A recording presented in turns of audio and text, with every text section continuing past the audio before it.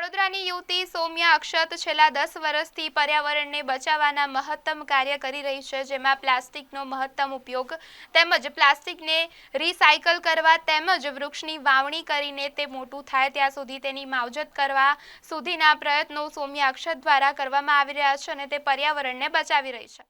સૌમ્યા અક્ષત આંતરરાષ્ટ્રીય સ્તર પર ભારતનું પ્રતિનિધિત્વ કરી પર્યાવરણને અનુકૂળ જીવનશૈલી સંદેશ ફેલાવશે।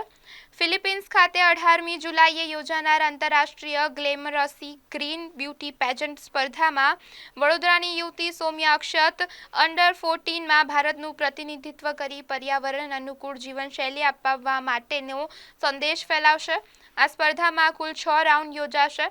अंतिम राउंड 21 जुलाई रोज योजाशे। आ स्पर्धा में भाग लेनार स्पर्धकों द्वारा कलाकारों और टकाऊ व्यवसायों ने सशक्तिकरण करवा माटे तेमज अंतरराष्ट्रीय सौंदर्य में टकाऊ व्यवसायों ने सशक्तिकरण करती पर्यावरण साथे मैत्रीपूर्ण जीवनशैली अपाववानो संदेश आपवा माटेनो हेतु है। त्यारे स्पर्धकों द्वारा दरेक राउंड में तेमने पर्यावरण ने बचाववा माटेना प्रयासों तेमज वेस्ट ने रिसायकल करी तेने फरी उपयोग में लई शकाय ते दर्शाववानुं रहेशे। त्यारे सौम्या अक्षत ने तेना वस्त्रों रिसायकल करेल वेस्ट टीम वॉच तेमज प्लास्टिक थी वेस्ट मांथी वणीने बनावेल छे।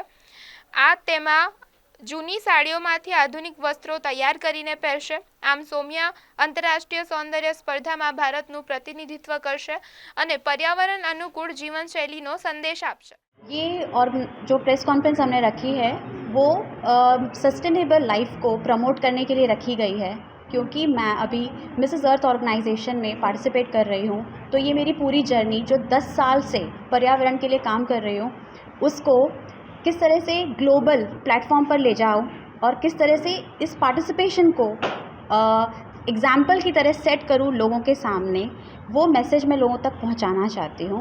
यहाँ पर मैंने आपको छोटी छोटी बातें बताई हैं कि मैंने कुछ भी अपना जो आउटफिट भी स्टिच किया है वो कहीं ना कहीं रॉ मटेरियल नहीं लिया है, न्यू रिसोर्स मतलब मैंने नहीं लिया है, सभी रिसाइकल किया हुआ है या रीयूज़ किया गया है। जैसे कि ये मेरा आउटफिट भी आप देखेंगे तो ये कोई 40 साल पुरानी साड़ी है जिसमें से मैंने ये आउटफिट बनाया है और इसको रीडिज़ाइन करके आपके सामने मैं प्रेजेंट कर रही हूँ। तो ये बहुत छोटे बड़े एग्जाम्पल्स हैं जो मैंने आपको बताए कि इस तरह से मैंने रीयूज़ या रिसाइकल करके इस कंपटीशन में पार्टिसिपेट किया है। अब मैं आपको बताना चाहती हूँ कि जो 10 साल से मैं पर्यावरण के लिए काम कर रही हूँ उसमें मैंने कुछ 15,000 के आसपास पेड़ लगाए हैं जो अब मेरे से डबल हाइट के हो चुके हैं। जो प्री लव्ड क्लोथ्स हैं वो मैंने डिस्ट्रीब्यूट किए हैं। 200 कुछ फार्मर्स हैं जो ऑर्गेनिक फार्मिंग में मैंने शिफ्ट किए हैं।